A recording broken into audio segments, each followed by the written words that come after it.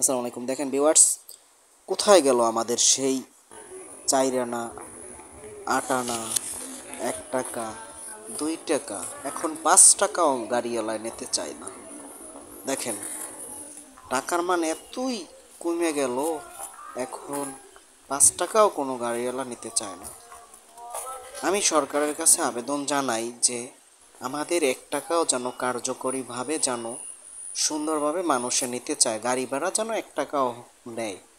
এমন পরিস্থিতিতে আমাদের সব কিছুর দ্রব্যর দাম কমিয়ে আমাদের সেই 1 টাকাকে যেন মূল্যায়ন করা হয়, যে 1 টাকাও গাড়ি ভাড়া আছে। হ্যাঁ, আমাদের এই 1 টাকার নোট কোথায় গেল, 1 টাকার কয়েল কোথায় গেল, 2 টাকা, এই সমস্ত টাকা কেউ নিতেই চায় না সহজে। আজকাল 5 টাকাও ভিক্ষুকে নিতে চায় না, 10 টাকা না দিলে রাগ করে, বুঝছেন। দেখেন আমি সরকারের কাছে জানাই যে আপনি আপনারা এই 1 টাকা দেখেন, 1টা টাকার যেন মূল্য যেন হয়, কারণ 1 টাকা ছাড়া হিসেবও মিলান কষ্ট হয়ে যায়। আজকাল 5 টাকা, 10 টাকা, 3 টাকা এই সমস্ত টাকা নিতে চায় না।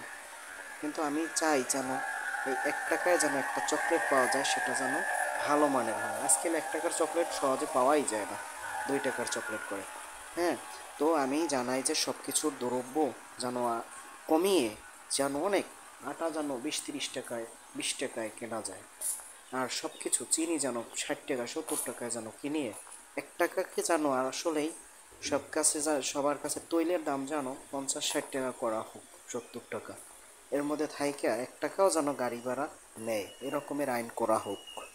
গাড়িওয়ালারা একটা 10টা পাড়া দিয়ে যাইবে, 10 মানে 1 মিনিটের জায়গায় সে 10 টাকা চায়।